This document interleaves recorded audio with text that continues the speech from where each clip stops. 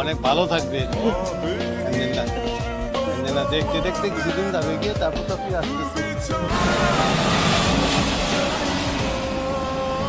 করা লাগবে, এটাই ফাইনাল। আব্বা, তুমি শিমুলের সাথে এত বড় প্রতারণা কিভাবে করতেছো? সে আমারে তোমার কাছে আমানত হিসেবে রেখে গেছে। আমানতের খেয়ানত তুমি কেন করতেছো আব্বা?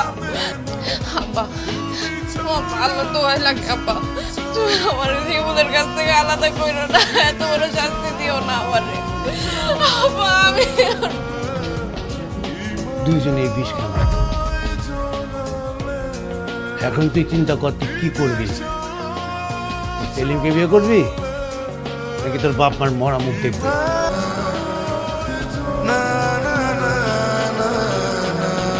বড় মা বিসমিল্লাহ কবুল। কবুল বল, কবুল বল, বল না কবুল, কবুল বল, বিসমিল্লাহ কবুল।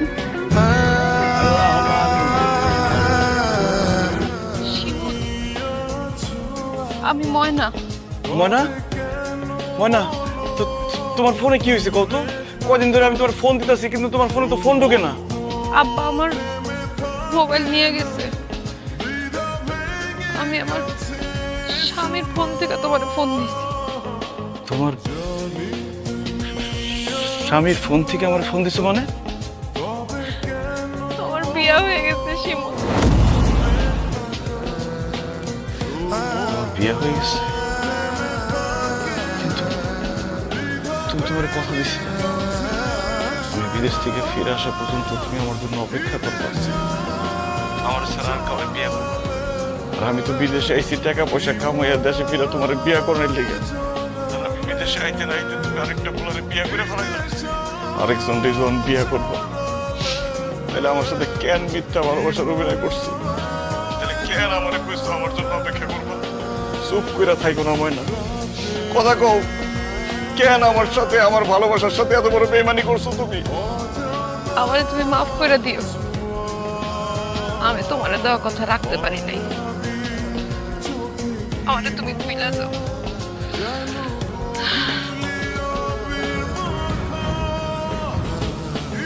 দিন ধরে আপনারা দেখতে না পাইয়া সব জায়গায় খুঁজার ভালোবাসি।